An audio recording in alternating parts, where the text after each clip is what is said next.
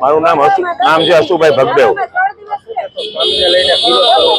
આજે સ્વામિનારાયણ સંપ્રદાયના જ્ઞાનપ્રદ સ્વામી જલારામ બાપા વિરુદ્ધ જે બફાટ કરેલ છે કે એને આશીર્વાદ આપેલા હતા, એના માટે રઘુવંશી સમાજ તો ચોક્કસ તકલીફમાં છે, એનો વિરોધ કરે છે। પણ 18 વરણ આની 18 વરણમાં જે હનુમાનજી વિશે, શિવજી વિશે, બ્રહ્માજી વિશે, નાગબાઈ વિશે જે સ્વામિનારાયણ સંપ્રદાયના જે સંતો બફાટ કરી રહ્યા છે, એના હિસાબે અમારો વિરોધ છે। અને આજે રામધામ ટ્રસ્ટ જાલીડા પ્રદ્યુમનગર પોલીસ સ્ટેશનમાં એના વિરુદ્ધ ફરિયાદ નોંધવા માટે આવ્યો છે। અમારી એક જ માંગ છે કે વીરપુર આવી દંડવટ કરીને માફી માંગી લઈએ તો જ આ શાંત થશે। બાકી 18 વરણમાં વિરોધ થઈ રહ્યો છે। સ્વામિનારાયણ સંપ્રદાય સારો છે, પણ આ બની બેઠેલા સાધુઓ છે, તમને ખબર હોય તો 4-5 દી મોલ ઘનશ્યામભાઈ પરમારે કીધું કે આને અમે સંત કહેતા જ નથી।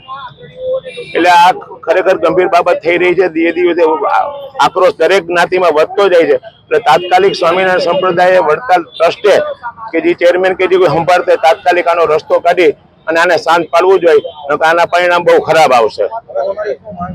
એક જ અમારી માંગ છે કે વીરપુર આવી જલારામ બાપાની સામે નતમસ્તક થઈને જાહેરમાં માફી માંગે મીડિયા સામે કે ભાઈ મારી ભૂલ થઈ ગઈ છે, આ હું બોલ્યો છું ખોટું છે। એ પુરાવા રજૂ કરે છે, બધા ખોટા પુરાવો એમને મને કહેતા આવ્યા છે ગુણાતીનંદ સ્વામી વીરપુર ગયા હશે, આશીર્વાદ આપ્યા છે, બધી વાત સાચી, એના થકી આ રોટલો ચાલુ નથી થયો।